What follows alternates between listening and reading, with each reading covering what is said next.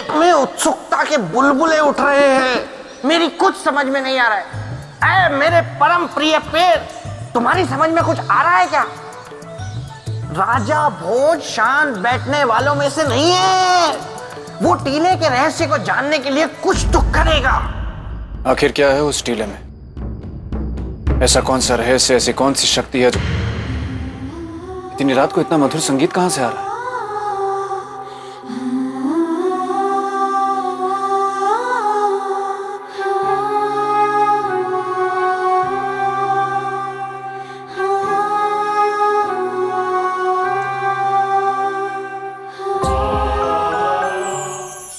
जीवित तितलियां?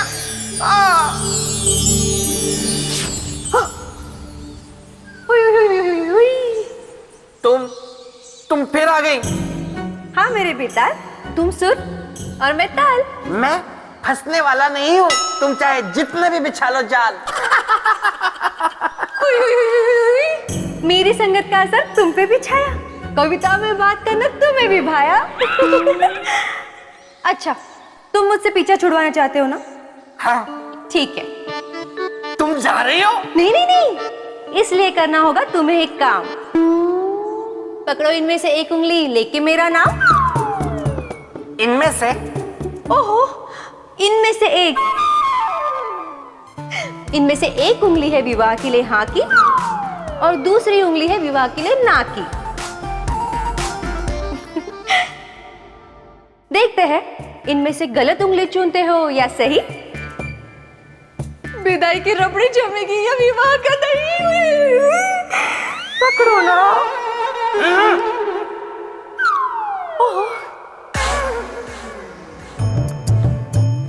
आज मैं ये कहानी खत्म कर दूंगा।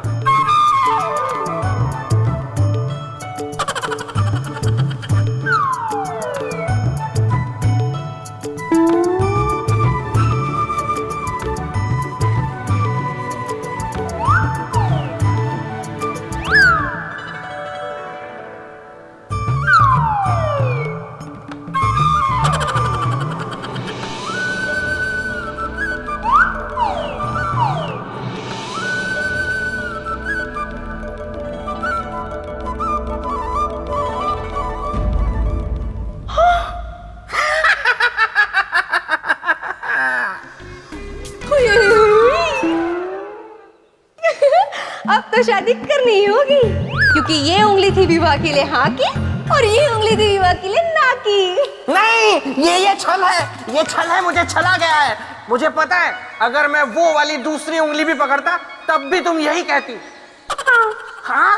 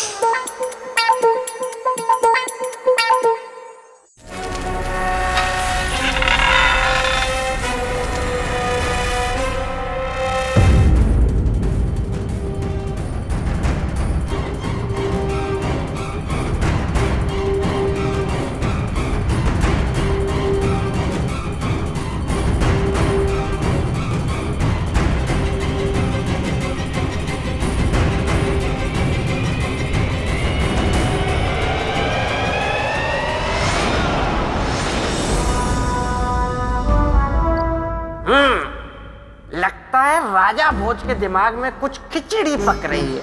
ओहो, आपको खिचड़ी पसंद है?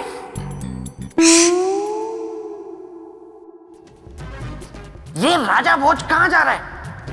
कुछ तो गड़बड़ है, मुझे भी जाके देखना चाहिए। लेकिन इस बेतालनी का क्या करूं? सुन गई।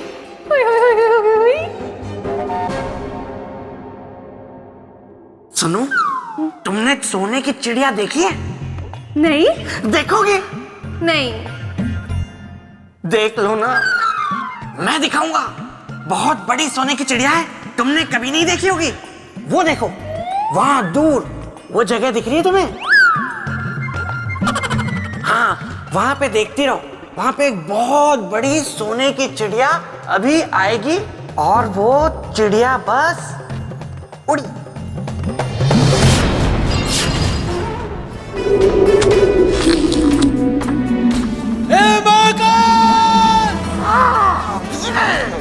यदि यह सच है कि तेरी इच्छा के बिना एक पत्ता भी नहीं हिलता, तो ये निश्चित है कि इस टीले पर मेरा आना भी तेरी इच्छा है।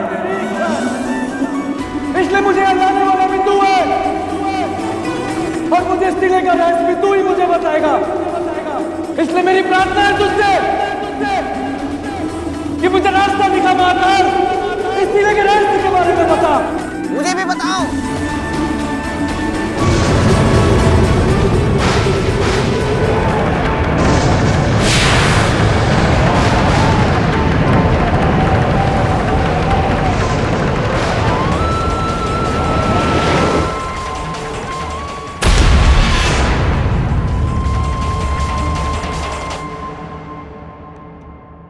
ये कौन सी जगह है?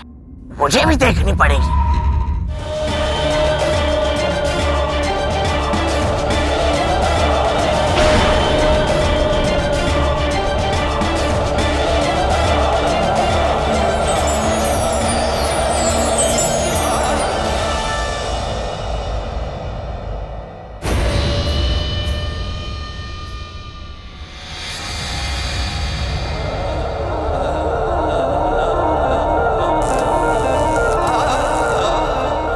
मेरे मित्र का सिंहासन।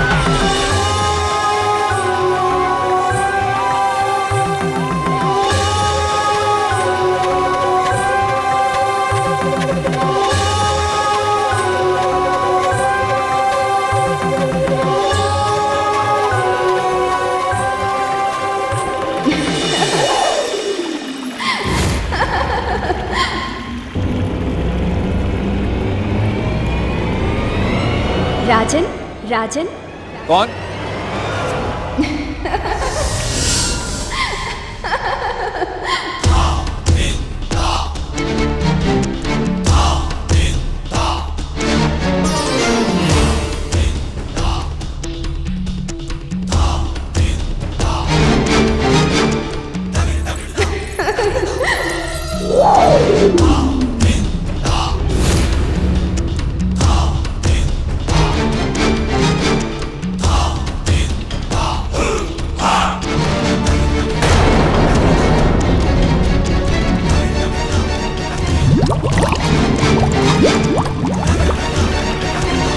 चौंकिए मत राजन, मैं आप ही की राह देख रही थी पिछले 1100 वर्षों से। पधारिए।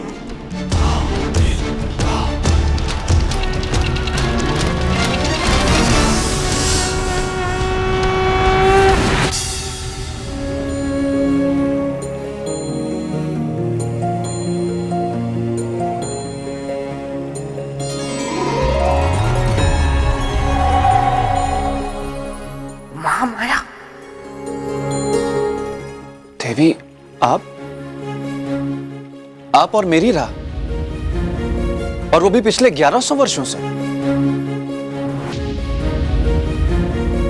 देवी, मैं कुछ समझा नहीं। अभी तो आए हैं, समझ जाएंगे।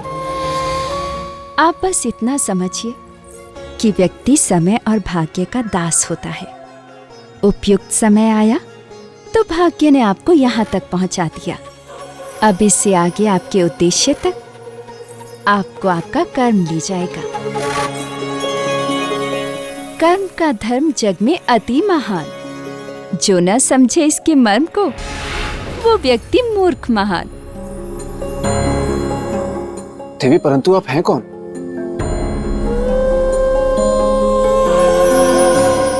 आपका परिचय?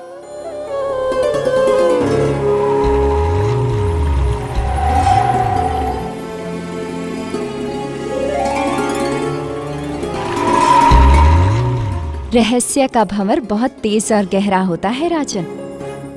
रहस्य के भंवर से निकलना सहज नहीं होता। रहस्य को समझने के लिए धीरज, धर्म, बलिदान, त्याग, शौर्य, साहस और पराक्रम जैसे गुणों की आवश्यकता होती है। तो बताइए, क्या आप में हैं ये सारे गुण? गुणों का पता तो परीक्षा से चलता है देवी, लेकिन परिचय तो बताने से ही पता चलेगा ना। बहुत जिज्ञासा है आपको मेरे विषय में जानने की, नहीं? अभी आप ही ने मुझसे कहा कि मेरे आने की प्रतीक्षा आप पिछले 1100 वर्षों से कर रही, तो जिज्ञासा तो स्वाभाविक है ना। इसके अलावा और कोई कारण है ना देवी? पिछले 1100 वर्षों की बीती बातें आप कहेंगी और मैं सुनूंगा।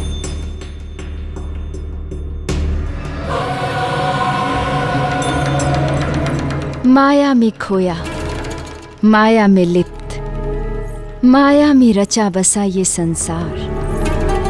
सबको दिखता सच, पर ये सारा जग माया का भ्रमजाल। देवी, मैं कुछ समझ नहीं पाया। क्या रहस्य? नहीं, आपका परिचय? हाँ। मेरा नाम महामाया है। मैं रक्षिका हूं यहाँ की। किसकी? इस स्थान की या फिर इस सिंहासन की?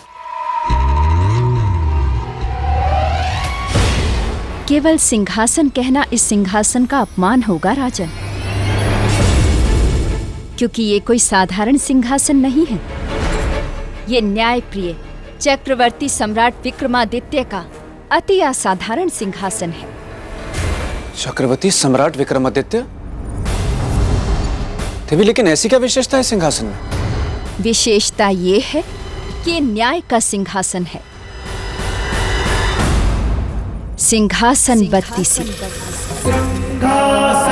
जिसे देवराज इंद्र ने पृथ्वीलोक के महापराक्रमी सम्राट विक्रमादित्य के न्याय से प्रसन्न होकर स्वयं उन्हें भेंट दिया था। एक मनुष्य के न्याय से प्रसन्न होकर देवताओं ने एक ऐसा अनोखा उपहार भेंट किया? प्रणाम देवी। बेताल, तुम यहाँ?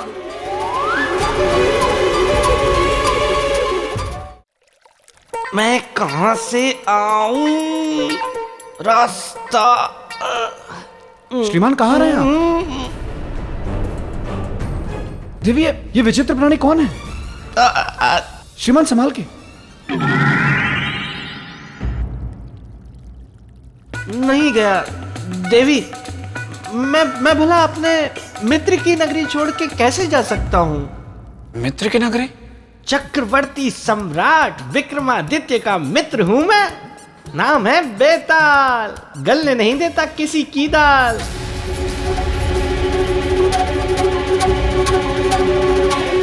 बेताल, तुम यहाँ क्या करने आए हो? देवी, जहाँ मेरे मित्र विक्रमादित्य की चर्चा हो रही हो, वहाँ मेरा होना तो अनिवार्य है ना देवी। मैं तो पहले ही आ गया था, छुप के बैठा हुआ था, सब सुन रहा था मैं। बेताल, तुम कभी नहीं सुधरोगे।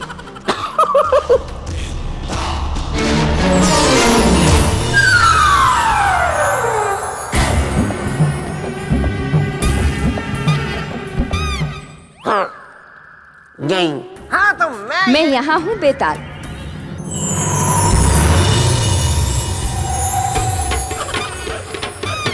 तुम बिल्कुल नहीं बदले। जैसे 1100 वर्ष पूर्व थे, आज भी बिल्कुल वैसे ही हो। बड़ी कठिनाइयों के साथ मैंने सिंहासन के स्थान को गुप्त रखा था तुमसे, पर शायद राजा भोज ने तुम्हें वो मार्ग दिखा दिया।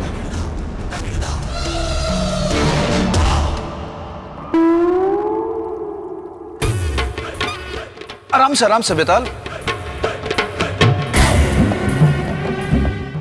संभाल के गिर जाओगे।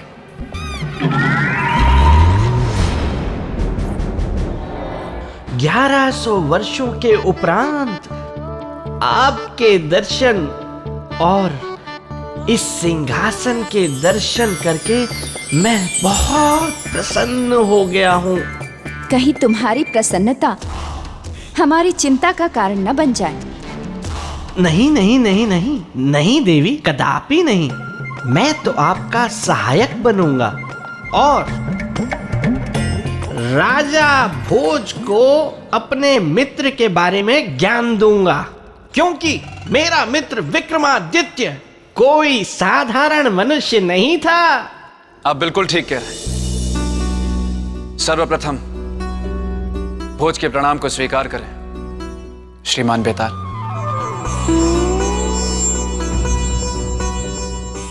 मैं अवश्य जानना चाहूंगा आपके मित्र चक्रवर्ती सम्राट विक्रमादित्य के बारे में, उनकी महिमा के बारे में। देवी, कृपया करके मुझे उनके बारे में बताएं। जी राजन,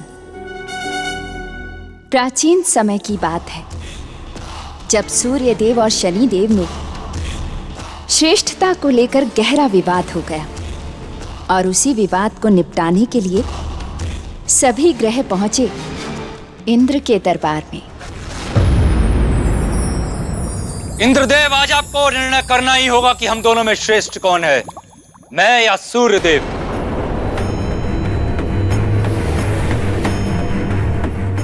शनिदेव, इसमें कोई संदेह नहीं कि सृष्टि के नियमों के अनुसार सूर्यदेव ही सर्वश्रेष्ठ है। वही सभी ग्रहों के स्वामी हैं। सोच क्या रहे हैं इंद्रदेव? उत्तर दीजिए, कौन श्रेष्ठ है, मैं या सूर्यदेव?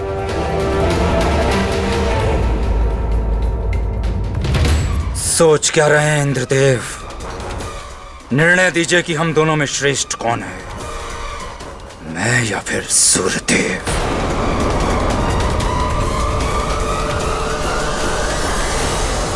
इंद्रदेव के सामने धर्म संकट था। गलत निर्णय वो ले नहीं सकते थे और सच कहने का उनमें साहस नहीं था। स्वर्ग के राजा इंद्रदेव में इतना साहस नहीं था। शनि के क्रोध का भय था उन्हें, इसीलिए इंद्रदेव ने श्रेष्ठता के विवाद के निर्णय के लिए न्यायप्रिय राजा चक्रवर्ती सम्राट विक्रमादित्य को आमंत्रित किया।